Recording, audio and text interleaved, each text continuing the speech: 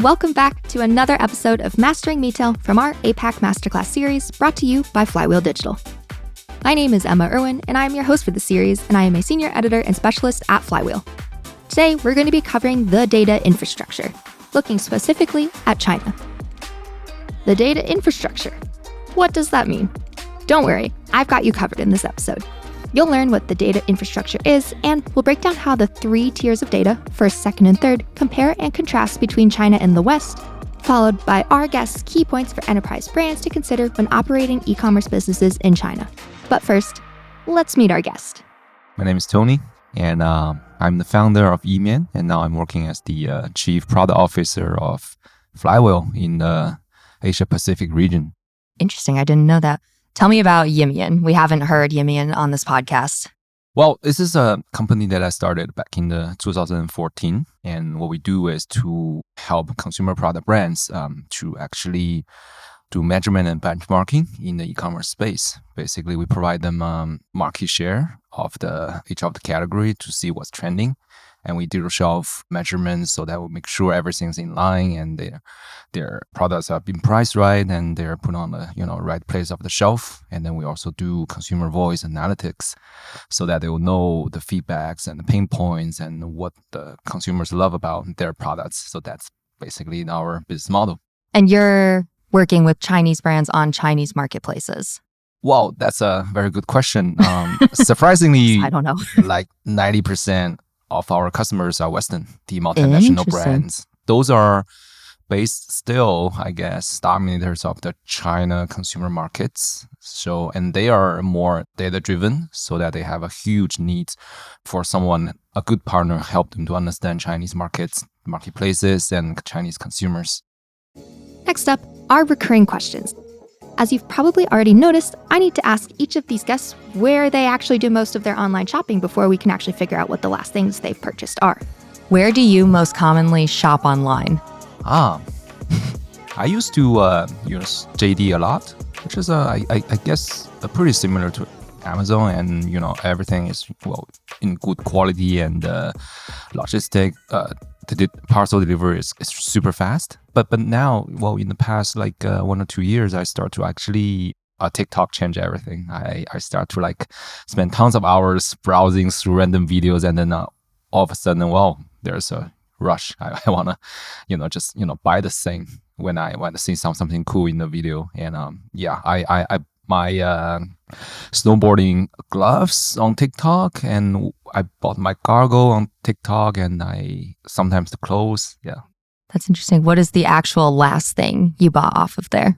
The snowboarding cargo that I mentioned. Yeah. Just a couple months back. And now, the data infrastructure.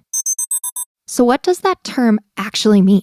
Yeah, I know that term sounds a bit technical. And when, a couple of decades ago, when people start, doing consumer products and create products and design what's for the consumers, it really depends on the knowledge and the creativity of the product managers. But after a few years, then actually people start to find out there are a lot of things in the world that they can quantify in terms of data. And just like I mentioned, the share of the market, where the market is going, and what the consumers like, and there are more and more data, especially in the last 2 decades, and we see the digitalization of our whole world, and more things are online on our mobile phones, and more things that can be quantified and digitalized, and all the footprints, and then.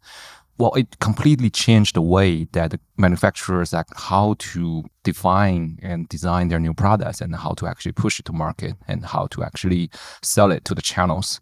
So now people are making decisions in a different way comparing to a couple of decades ago. People really need data to make decisions and to help them to figure out what to do next and to identify opportunities and risks. And they also become a language for departments to talk to each other within a huge organization. And then there comes data infrastructure. Yeah, so basically these are the foundation for any manufacturers in the world, not only in China but everywhere in the world, to make decisions, to communicate, and to drive insights, and to actually know where they're going. Perfect. And so, per your notes, we're categorizing the data infrastructure kind of into 3 different tiers. So I'd love for you to tell me about these 3 different tiers. And I'll have you know, the way you wrote this is one of the first times I've ever seen first party, second party, and third data written out in a way that makes sense. So I'd love for you to share that with the podcast. Basically, this is, I guess, almost all the people in the industry, how to categorize them in China. I'm not sure if exactly the same in the West, but I'll try to explain it. Well, the first party data is very, intuitive, right? It's just data that a manufacturer own themselves. For example, if you, have a direct to consumer channels and you have your brand.com official website, and when people, browse your website, when people put a, order through the D2C channels, and then you'll know who's browsing, and you know what kind of products people purchase, and you know where to deliver the parcel to whenever you receive an order. So those data are usually stays in the OMS, the order management system, or CRM. But now more and more people are actually, deep diving into the first party data that's been sleeping in the IT systems, and then drive insights and to understand their business and consumers. So these are, what we call the first party data, the data that owned by a manufacturer. And second party data, well, I guess this is the very powerful stuff, which means data and the consumer footprints that happened in a retailer or a marketplace or a e-commerce platform. For example, people have different ways to open up their data in a way that is legal. Actually censor all the personal informations and make sure there's no privacy issue on the data that can be used. So, for example, Amazon, share their second-party data to the brands in all kinds of ways. We have ARA, and we used to have AMS, and of course the rockstar in the home, the AMC that is launched last year. And in China, we have the retailers have different systems, but the mindsets and methodologies are similar. The platforms, the marketplaces want to share as much data to the brands as possible, so that they can understand what's going on with their business on the retailer, so that they are confident to invest more in media and to in the listings and in the PDPs, and so that to drive higher sales and spending in the platform, and then have higher ROI and ROAS or whatever metrics they're using. So it's to everybody's benefits. The platform open up data to the brands invest more and understands more, and it will be a very positive flywheel there. Love it. Flywheel. Yeah. And then there are third-party data. Well, third-party data is not as straightforward as the first two, but I'll try to explain it. Third-party data we often refer to means the data there are from the open domain, the public data, which can be monitored, can be sampled. For example, very traditionally, Nielsen data, Nielsen panels and questionnaires, those are categorized as third-party data. And while in a modern digitalized world, well, everything that you can see and visualize on the PDP page, on the browser, on the phone, those are third-party data. And there are technology we can automatically track what's happening on the public end of this. For example, how many new listings are available on Amazon, or in China in Tmall and JD. And for example, what is the when you type in certain keywords into the search bar, then what will be the search ranks of the products that show up on your screen. And then these are the actually very valuable market intelligence that can help the brands a lot to make decisions. So this is also what eMian are very good at. We help our customers to actually, collect all the public intels from the retailers. We kind of collect the over 10 million PDP pages on a daily basis. So That's a lot. Yeah, it's a lot. So that will help them figure out how the products are priced and what's the depth of the promotion and discounts. Also, how many new user reviews, consumer reviews are generated. One example is we We've been working with very famous worldwide manufacturers on the FMCG sector, and for 8 years on the consumer review analysis. All these come from the public reviews that people post on marketplaces like Tmall and JD and TikTok in China. Well, you can imagine we actually collect over 10 billion entries of consumer review on a yearly basis. And so many. Yeah, I guess it's the only way to use technology and to use the data technology to help them to collect that kind of intelligence and process it, analyze it so that they can actually have a holistic view on how actually people think about their products, why they love it, why they hate it, why they purchase it over their competition's product, and or vice versa. So now you've got an understanding of the foundations of the data infrastructure, and some of this has probably sounded familiar, but of course, we need to clarify further. So let's cover how each of these 3 tiers of data looks when comparing China to the West. First up, first-party data. That's really the thing that interests me the most in the past few years. I worked for China for so long, and now I get a better learning of the Western ones. So to my understanding, let's talk about the first party data then. Well, I guess this ecosystem is completely different. Well, in the West, I know people pay attention and do invest into their brand.com channels. They're the channels that they own. Some people call it D2C, and some people call it other terms, so that they will have direct interaction with the consumers. But in China, the first party data is pretty scarce, mainly because people are not paying too much attention into the building their own channels. There are like tons of reasons for that. I won't run into the details of this, but like 99% of the e-commerce sales in China happens in the marketplaces, retailers like Tmall and JD, Pinduoduo and TikTok. So if people don't have their D2C channels invested so much, then there won't be too much first-party data to be analyzed anyway. So that's different. But for the Western ecosystem, we know there are like tools like Google Analytics and also Heap Analytics, and also different ways that you can actually analyze what's happening on your own channels, the upper funnel and the conversions and all the consumer and CRM, and you can do all kinds of cool analytics. You can build RFM models over the first party data. So that's a thing that we don't have in China. That's really interesting. And I feel like over here, we talk about how, that first party data is like golden. That's what everybody wants to collect and whatnot. So it's interesting when you're talking about in China, like that just doesn't really. Yeah, well, I guess in China, people still love it, but it's a huge investment to build their own channels. And I don't see too many brands succeed in that space. So I guess over time, even though it's like something you want is so bad, but it doesn't make it true. Moving on to second-party data similarities and or differences.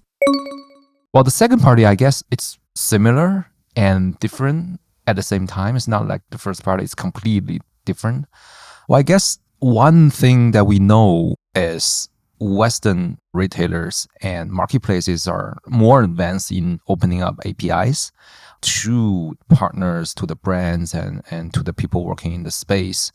On the contrary, the Chinese marketplaces prefer to build interfaces and data products themselves, and then open that up to the people use it. But they won't really open up too much APIs in terms of their proprietary data. I have a few guesses on the reason why that is we see what we see now.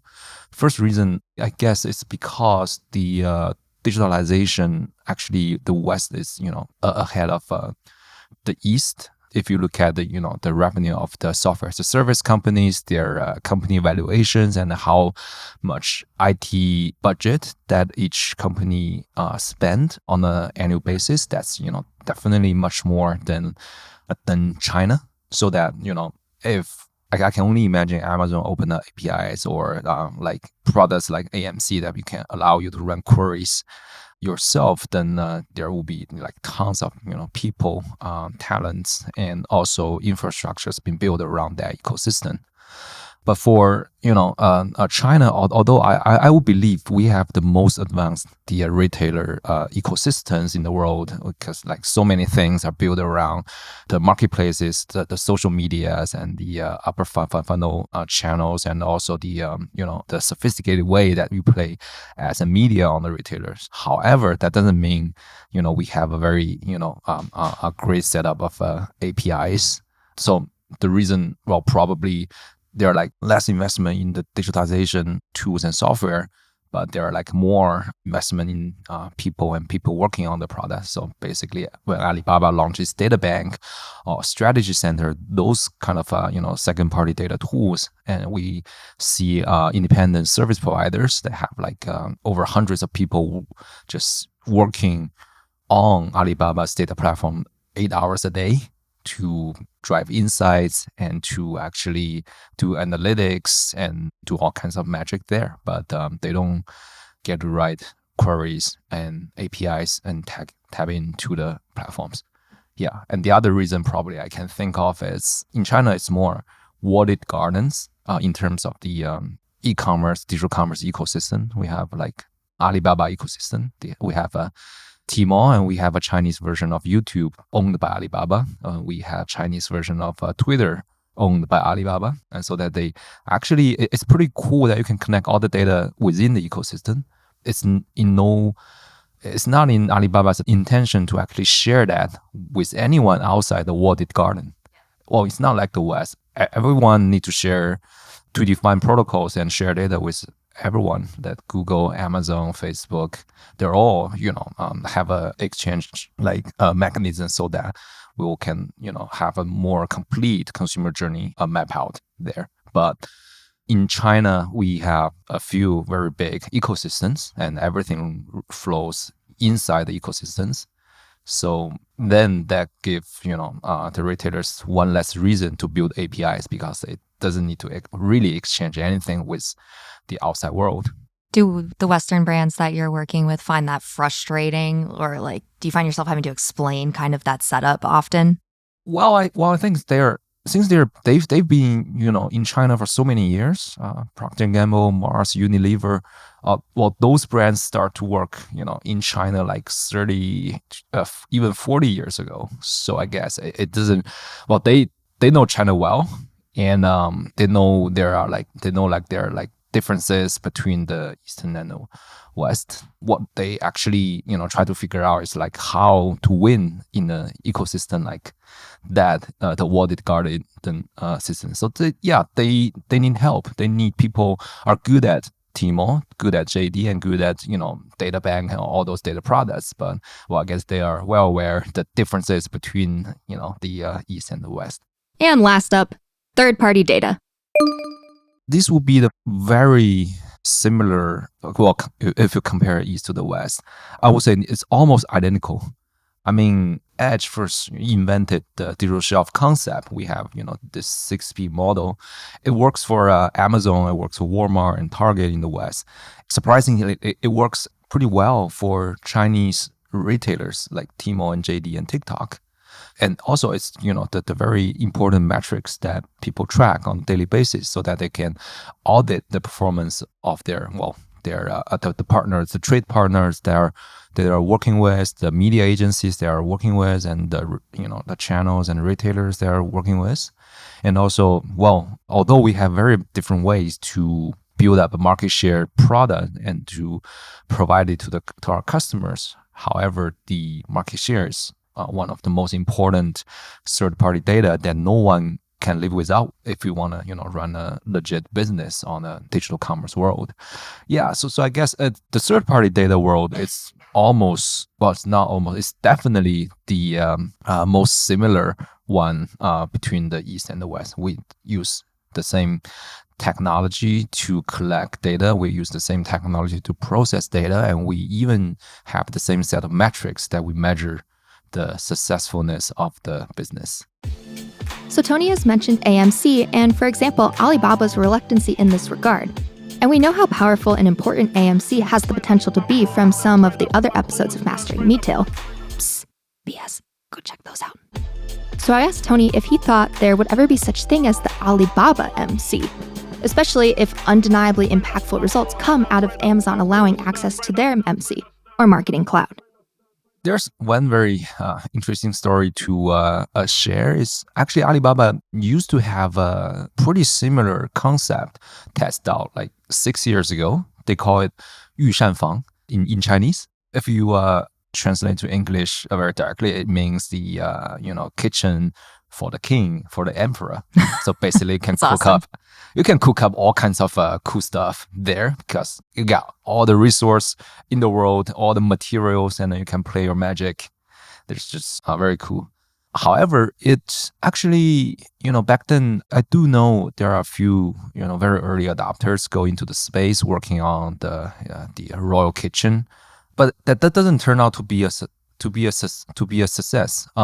Alibaba back then, I think one issue that made them not continue to actually upgrade and invest into this product, it's data privacy, because it's early ages and it's pretty hard for Alibaba to set very clear and rigorous rules on what people can access through the AMC-like product and what people cannot access will be the authorization levels, and also how to protect the privacy and confidentiality of the retailers or even the consumers.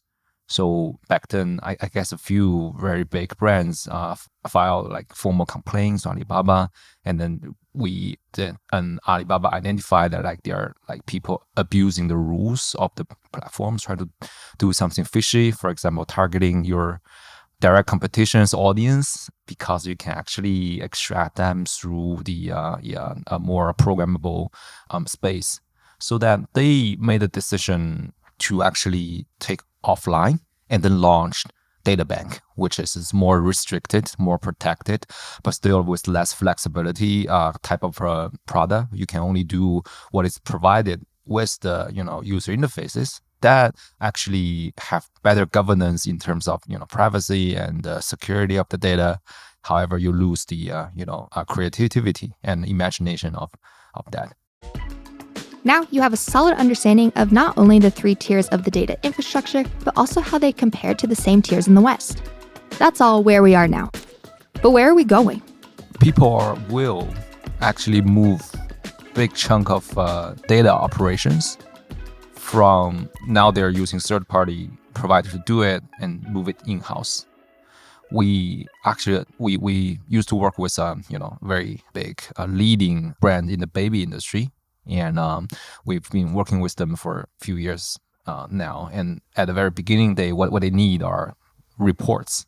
If we provide them with software as a service, we provide them with charts and metrics and dashboards. The thing they're telling us is that, well, I'm super busy and your product is pretty complex and I don't have time for that. Why not? I just pay you for a contractor, and then you let that person stay on the platform 24/7, write me reports and all the insights and action points in it. Just give me a presentation and I'll know what to do.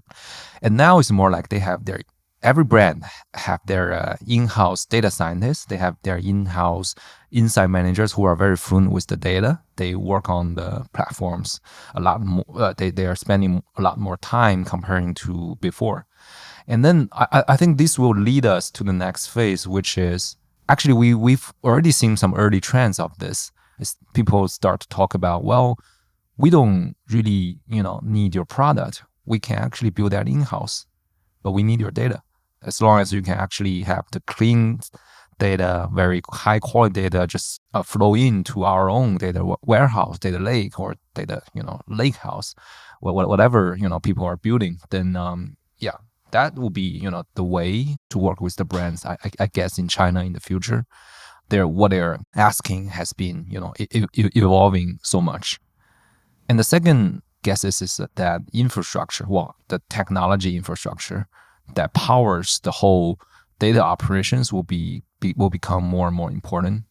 Like 5 years ago, if I tell the people in the brand side, no matter it will be when I talk to the CMI, talk to the IT team, or even talk to the e-commerce team, that, well, we have a very cool, system that can help you process your data, to do data cleansings, transformations, and you can, store it in a very structured way so that it can make it available to everyone, in different roles in the organization. No one will be interested in that because they're not actually spending money building their own, but actually they rely on, third-party tools and, data sources, vendors to actually do that for them. Now, I guess, in the next 5 years, I would say the leading brands, every single one of them will have their own data lake. There will be a strong need of aggregating data sources from different partners and then actually do the processing and drive insights and dashboarding in-house. There's a very early indicator is that if you look at the recruitment websites, you can see what kind of people that the brands are hiring. Those are, data experts, the people, the software engineers that help them to build data platforms, and they have database experts, and they have engineers that are working on the user experience design, the front end engineers that can help them to actually do the presentation layer better. So I guess there are huge opportunity in that space if we, let's say, could be one of the companies that can help them build their own data platforms. I guess that's, in my opinion, definitely going to happen. So you're prepared. You're ready to take Yimyun wherever it needs to go to provide what's needed. Yeah, it's next gold mine. And with that, before you go into information overload mode, we can really wrap things up here. You've learned about the 3 tiers that make up the data infrastructure in China, how these compare and contrast to the West, how fluent brands operating in the Chinese ecosystem are with this data, plus some real-life examples of putting the data to work, and you have Tony's predictions on where the future is headed. Phew! Of course, before we said goodbye, I had to ask Tony about what was on his digital wish list. I will purchase, I won't purchase. Something that, maybe you'll purchase it someday, but, it just has sat in your cart for much longer than anything else. Oh, man. 90% of the stuff that I bought on TikTok. Yeah, I can think of a few. I still have a box of toys from the Japanese anime sitting in my back of my car for over 2 years now. But still, I still probably, if I see one on TikTok, probably I'll buy it again. But still, I know that I really shouldn't. Incredible. And that wraps up a bit of a long, I'll acknowledge that, but super insightful episode about the data infrastructure in China, which has hopefully provided you with the insights needed to begin to understand how the digital commerce ecosystem is set up. If you enjoyed this episode, please leave us a rating or review and share it with your colleagues. It really helps us out. And be sure to listen to every other episode in our APAC Masterclass Season 2. This episode was produced by Klaus Cancel with sound design by Ines Tenchi. I've been your host, Emma Irwin, and I'll see you next time.